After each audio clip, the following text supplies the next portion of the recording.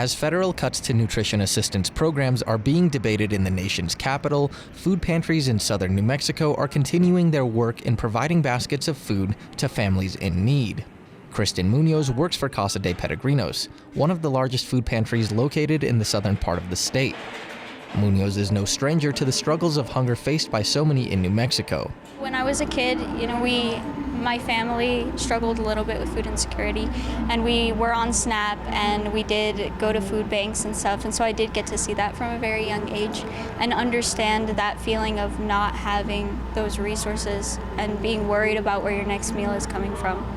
According to the latest data from feedingamerica.org, 16.4% of households in Doña Ana County are considered food insecure, about 3% higher than the nationwide average. Munoz expressed the need for federal programs to continue.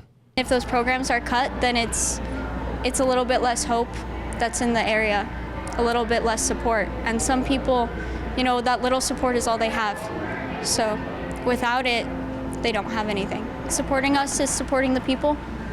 And a country, a state, a county is nothing without its people. And I think when you're in a position of power, it is your responsibility to take care of the people that you have that power over. Casa de Peregrinos Executive Director Lorenzo Alba Jr. said that the federal cuts will influence the pantry's output and that meeting demand could be a challenge. We run a really tight budget, so cutting on some other parts of our budget is going to be difficult.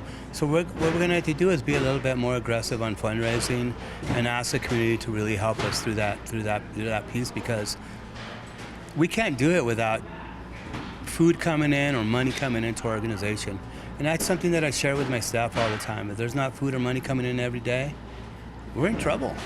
And while Casa de Peregrinos hasn't taken any major hits yet, the Roadrunner Food Bank, the state's largest food bank, is already seeing the consequences of cuts to the USDA's Emergency Food Assistance Program, according to Katie Anderson, the organization's Vice President of Strategy, Partnerships, and Advocacy.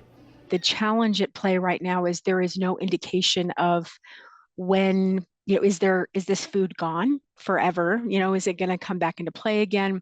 And the reality too of moving forward, the particular type of food that was canceled makes up about 30% of the total amount of commodities. So moving forward into FY26, does that mean that whole stream of food is now gone, which would be somewhere between 6 to 8 million pounds over the course of the next year? Anderson said that there's been no communication from the federal entities that the food banks work with, exacerbating challenges in finding ways to fill gaps left by the cuts. Replacing that food stream of 6 to 8 million pounds, would potentially cost the food banks. It would probably cost us upwards of $8-9 million, somewhere in there, just to replace that particular stream of food. So the reality is that's not a possibility. We don't have access to funds like that. We're nonprofits. The impact across all sectors of society in our country will be immense if a lot of these things are pushed through.